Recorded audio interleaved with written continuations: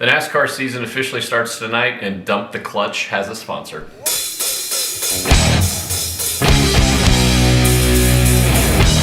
From the West Branch Studios in Davidson, North Carolina, welcome to Dump the Clutch with your host, Brad Zimmerman. Special thank you to Matt Lynn of Eternal Fan. I got to know Matt, probably 5-6 months ago, if not a little bit more. Matt has created a company called Eternal Fan. I'll put the link down in the description below. Really creating a pretty cool experience for people to closely align their beliefs and their fan affinity towards their favorite teams. So I'm helping Matt along the way. He's going to help me sponsor my podcast, which is great. Podcast, videocast, LinkedIn blog, whatever you want to call it. I will eventually have Matt on as a guest on this show to learn a little bit more about Eternal Fan. But if you have a couple moments, please click the link to check it out. So tonight, down in Daytona, starts the NASCAR season. Tonight is an exhibition race called the Busch Clash, I believe. It's non-points. Basically, to get in the race this year, you had to have either, I think, won a race, won a pole, won a stage. I don't know, they change the rules just about every year to get in there. And so the biggest change for this year for that race is that they have kept the Daytona road course intact from the Rolex 24 last week, and the Busch Clash is going to be run on that same track tonight.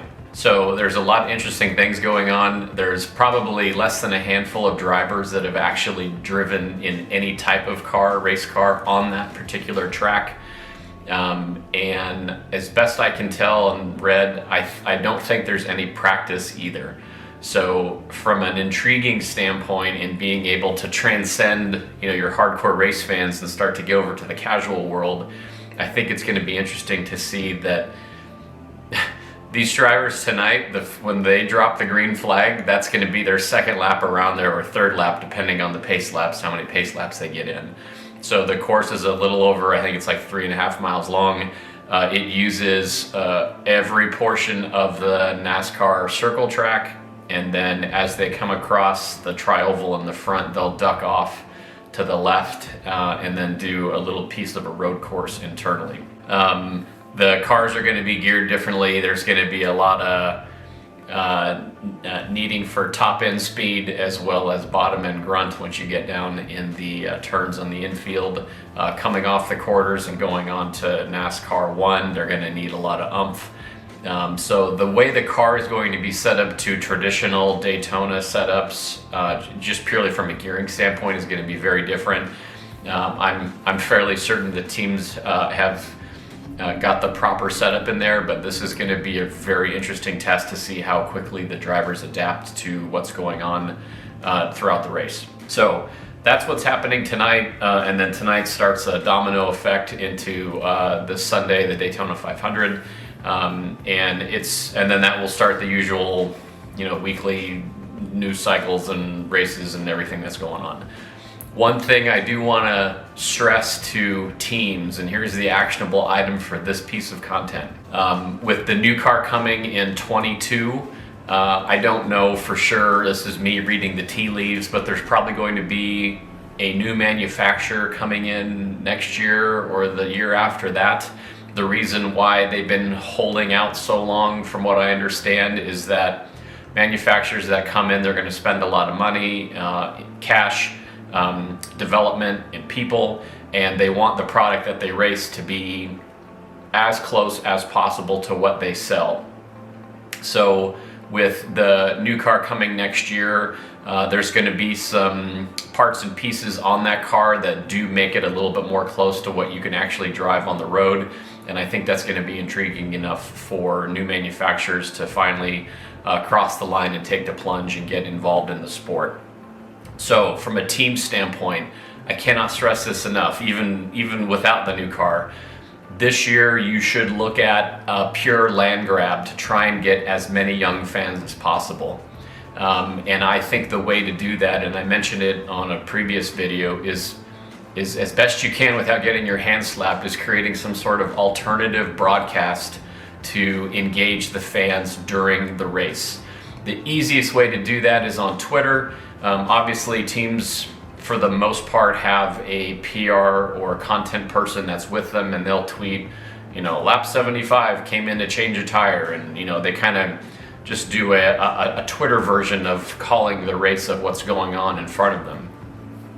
That's fine. It's not super engaging. I would almost do like a live AMA and put it out to the audience. Twitter, there's a lot of great things about Twitter. There's a lot of total trash about Twitter.